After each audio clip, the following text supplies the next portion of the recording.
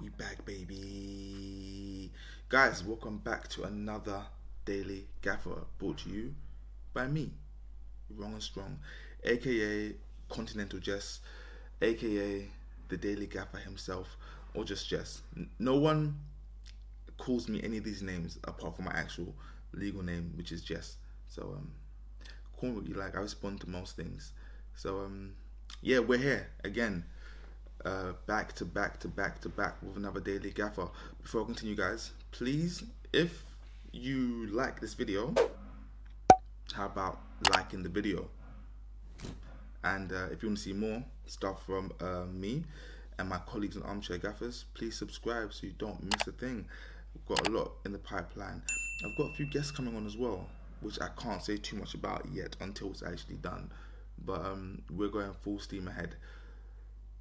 Let's get straight to it. The Daily Gaffer. I've got a few things I want to touch on today. It's going to be short and sweet. But before we get there, I just want to shout out all the subscribers who are in the comments, giving me suggestions, feedback, and ideas. Just want to shout out quickly Mr. Zizu Shifty 1483. Am I the only person who doesn't have a number at the end of my YouTube? Well, I only have one YouTube account, it's Armchair Gaffers. So, but I think I might make a burner account just for commenting, and it'll be like the Daily Gaffer 4123, something like that. Anyways, forget that. Mr. Zizu Shifty 1483, in response to our recent podcast when we were pretty much slandering Virgil van Dijk, which is what we do on Armchair Gaffers because we thrive off negativity. I do, they don't. By they, I mean the other guys on the show. Maybe SB. Dan's a bit negative slyly. Very tribal. Scorch is just blind. Zizu said, it's actually crazy how quickly people forget about the impact of Van Dijk when he joined Liverpool. Did people already forget that Liverpool's defence was a joke before they signed Van Dijk? Liverpool was already Liverpool with, I think it's going to be Lovren, and always injured Matip. You know what, I'm with you, bro, because I suggested that perhaps Van Dijk joined a Liverpool team that was already on the ascendancy, and he's just assimilated into that. And I said he faced very few defensive actions, or I said perhaps he may have faced very few defensive actions over a 90-minute period. It was just a question because I'm not a Liverpool fan, so I'm not going to watch every Liverpool game and put them under the microscope. But these are just questions. But I appreciate this comment. We have forgotten how impactful Van Dijk was. But what are your thoughts? Because the comment I made was that maybe he walked into a team that was already on the ascendancy.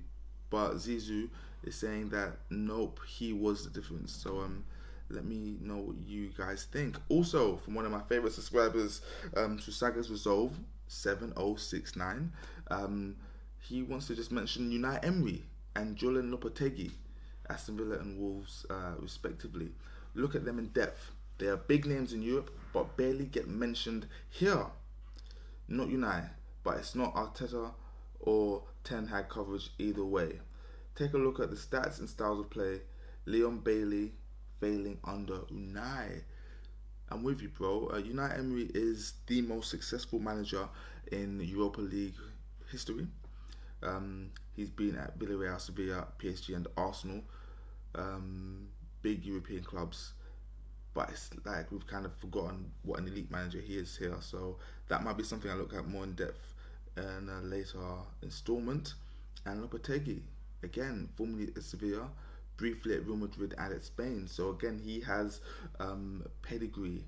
So maybe we need to put some more eyes on them and just pay them a bit more respect. We're done. Let's get to the show. Manchester United, guys. That's where I'm starting. The news broke. Well, it didn't break.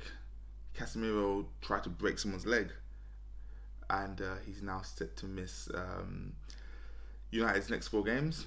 United will not be appealing his red card. And my question is, just trying to get the games he's missing. I know there's Fulham in the FA Cup, and then there are Newcastle, Brentford and Everton. I just want to know who or what do United do to fill that void? do we go back to the McFred double pivot / axis of evil? Do we do McFred and Bruno? Because I know in the last game for United and possibly the game against Betis, Bruno was playing a bit deeper, I think. Kind of like a 4-1-4-1 formation.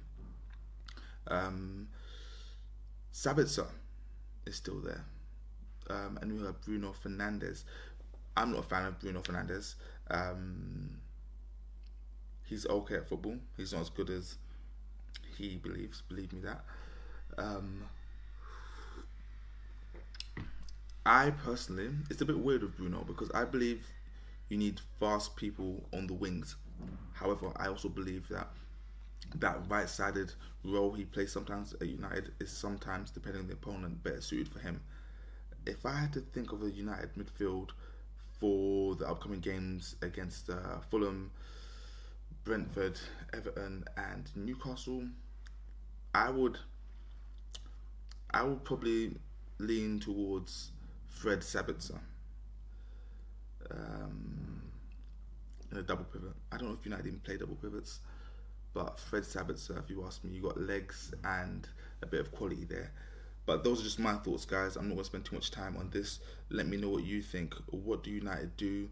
And going forward, once he's back and into next season, do United recruit in that midfield area, or do we welcome back, or you welcome back Eriksen, and build with Casemiro, Eriksen, Bruno Fernandes, Fred McTominay, and make Marcel Sabitzer's signing permanent. That was that. Now we're going to move swiftly. Sorry guys, itchy back. Moving swiftly on to Arsenal. I didn't want to talk about Arsenal today because I did a whole thing on them yesterday. But this is going to be very brief. Come back stronger. The return of Gabriel Jesus. Quickly guys.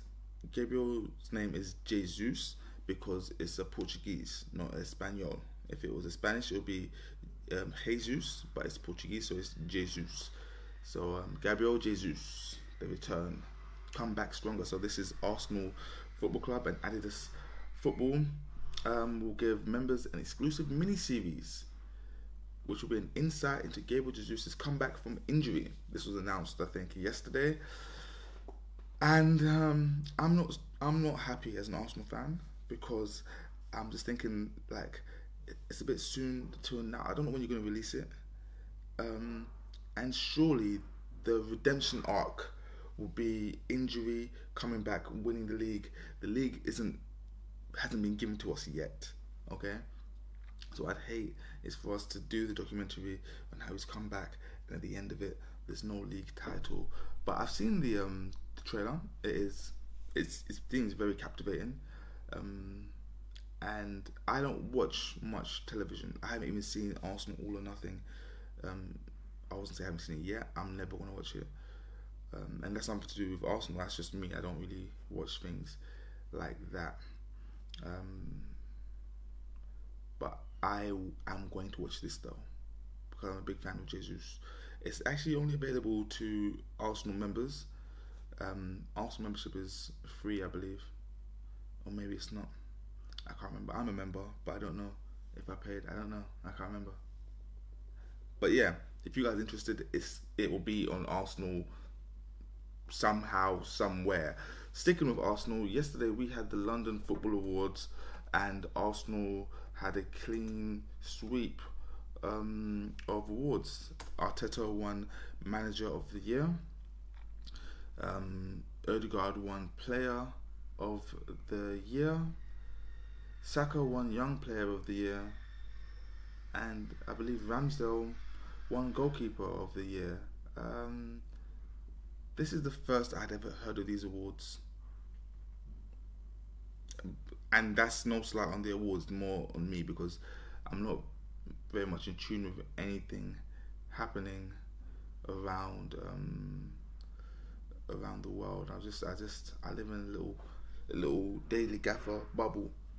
And I only come out of the bubble to go and make coffee. Anyways,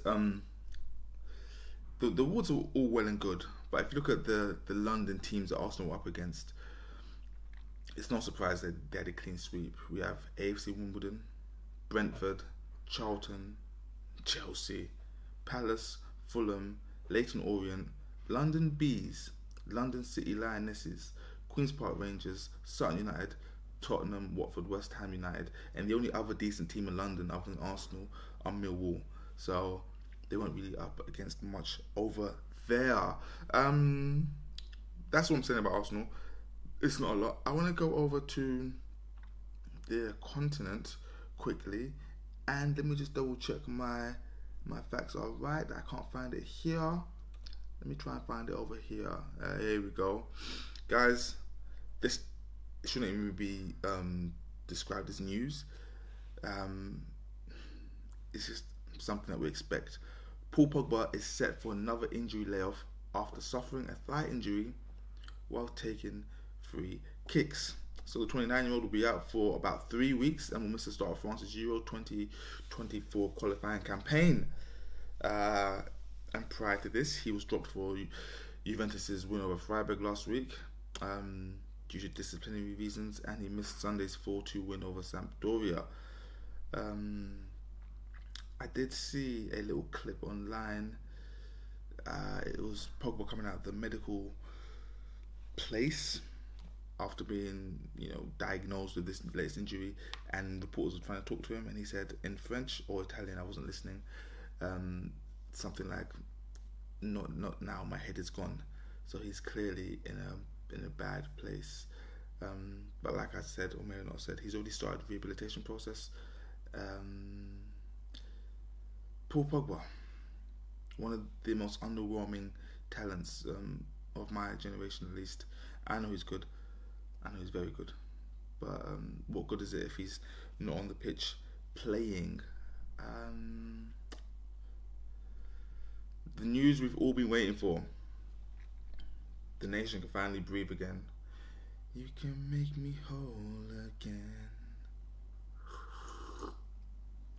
The news is that, when I click it, that'll make sense. There we go. Oh, I did click it. So Gary Lineker is to return to Match of the Day as BBC's Tim Davies denies climb down. It's crazy how even the Prime Minister is getting involved in this. That lets you know it's bigger than anything we can fathom. I don't really like to get into political stuff, so I'm not going to. That's all I'm saying. Lineker's back. What I will say is, for everyone involved, let's just keep the same energy. Champions League predictions. Today we have City taking on Leipzig at the I forgot what it's called. Main Road. Yeah, that's the one, at Main Road. And we have Porto taking on Inter Milan at guys, what's Porto Stadium called? Is it Dragao? Stadio Dragao? FC Porto. They play there. I was right. Stadio do Dragao. Thank God, I was starting to worry myself. City got into this game all square, thanks to a Josko Grivaldo towering header on the first leg. No way it goes, but it is at Main Road, so we do expect City to win because the Main Road faithful always spur their team on. I don't believe City are winning the Champions League this season. My money is on Napoli.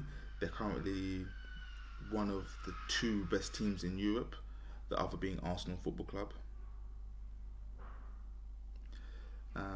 People saying that I shouldn't take their league form and project it onto the Champions League chances, and that doesn't make any sense to me. They're playing good in the league and good in the Champions League. They're just playing good all round. So, anyways, and the other game which I care nothing for is Porto versus Inter. Inter have a 1-0 lead. It's away at Porto. Yes, not really bothered about this game if I'm being completely honest, guys. We're nearly done. before we wrap up, I'm going to go through some of these gossip columns. Wait, hold on. Did I want to talk about this? Oh, did that already. Cool. We're going to go through the BBC gossip column and just look at a few proposed transfers and rumours and see how likely or unlikely they are on the scale of 1 to Jess. So, Real Madrid representatives recently visited Germany to meet Jude Bellingham and his family after making Borussia Dortmund's England midfielder their number one priority for next summer. I thought Jude was going to Liverpool. I thought he only wanted Liverpool. That seems to be the talk on the town. I don't know. Bellingham, Camavinga, Tchouaméni, Fede Valverde, who I don't know even where he plays, everywhere. Luka Modric, Toni Kroos is probably retiring end of the season. But I mean, if he goes there, yeah. Guys, funny we mentioned him a moment ago, but I believe Madrid should have signed Pogba, and I know he doesn't fit their current ethos in signing young players. But personally, I think Camavinga, Tchouaméni, Pogba would have been locked, but he wouldn't have played because he'd always been injured. Apparently, Madrid are willing to pay Dortmund 100 million euros for Bellingham plus 40 million euros in add-ons. Cool.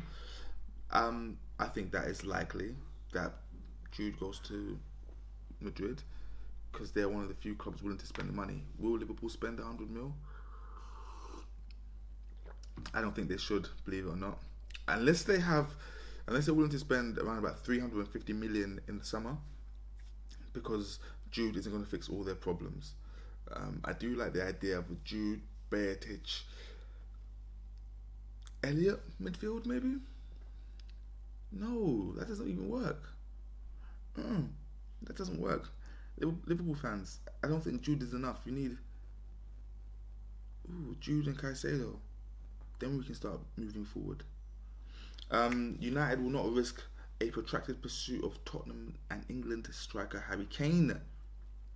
With the prospect of dealing with Spurs chairman Daniel Levy, meaning they are focusing on alternative options, so they don't want to deal with Levy. Apparently they want Victor Osimhen or Vlahovic, both very good options. I've said before and I'll say it again, I think if City, Arsenal or United get Osimhen, then they have to be considered as serious contenders for the league. I mean, City are always contenders. Arsenal next season will be taken a lot more seriously. If United get Osimhen, then we need to just pray. Okay. But Tottenham have no intention of selling Kane, and they're trying to agree a new contract. That's via the Athletic. I believe that. I'll give that on a scale of 1 to Jess. I'll say Jess. Apparently Arsenal, Chelsea and Newcastle want Rafinha. I, as an Arsenal fan, don't want Rafinha. Chelsea, I think you're overloaded in that area. Newcastle, you need to get your identity together because I don't think Rafinha is the one for you. I also don't think you need St. Maximum either. I've said that Harry Kane is a problem at Tottenham, and I think Maximum is a problem in Newcastle. But these are topics we can expand on later on. Lingard's to Saudi Arabia. I think he'll go for the money. He did it. He went to Forest for the money. So yeah. Juve could cancel Pogba's contract. I don't believe that.